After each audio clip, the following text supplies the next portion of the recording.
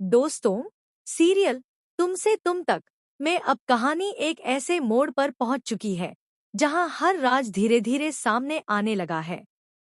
आने वाले एपिसोड में दर्शकों को जबरदस्त ड्रामा, इमोशन और सस्पेंस देखने को मिलने वाला है।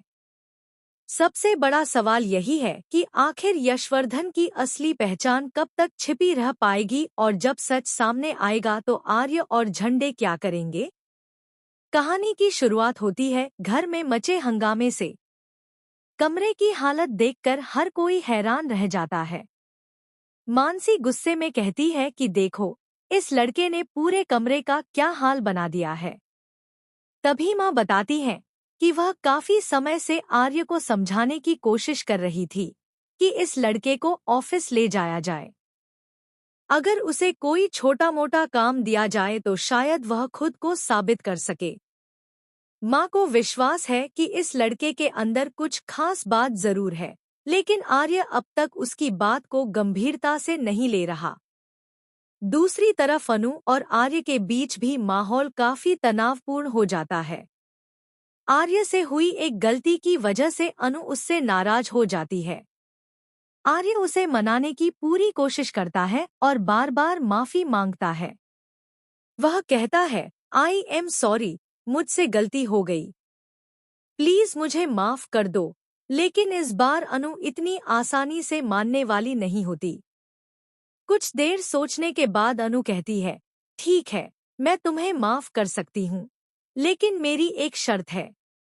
यह सुनते ही आर्य राहत की सांस लेता है और बिना कुछ सोचे कह देता है, जो भी कहोगी मैं मान लूंगा, बस तुम नाराज मत रहो। लेकिन उसे बिल्कुल अंदाजा नहीं होता कि अनु की शर्त उसके लिए कितनी बड़ी परेशानी बन सकती है। उधर कहानी का सबसे बड़ा ट्विस्ट तब आता है जब झंडे उस रहस्य की तलाश में निकलता है जो कई सालों से दबा हुआ था। वह उस जगह पहुंचता है जहां कभी एक छोटे बच्चे का इलाज हुआ था। सभी को यही लगता था कि वह बच्चा अब इस दुनिया में नहीं है, लेकिन जब झंडे वहां मौजूद पुराने डॉक्टर से मिलता है तो उसे एक ऐसा सच पता चलता है जो उसके होश उड़ा देता है। डॉक्टर बताता है कि वह बच्चा मरा नहीं था, बल्कि जिंदा था। इतना ही नहीं, वह बच्चा हमेशा डरा हुआ रहता था। वह बार बार एक ही बात दोहराता था, वो मुझे मार देगा, वो मुझे मार देगा।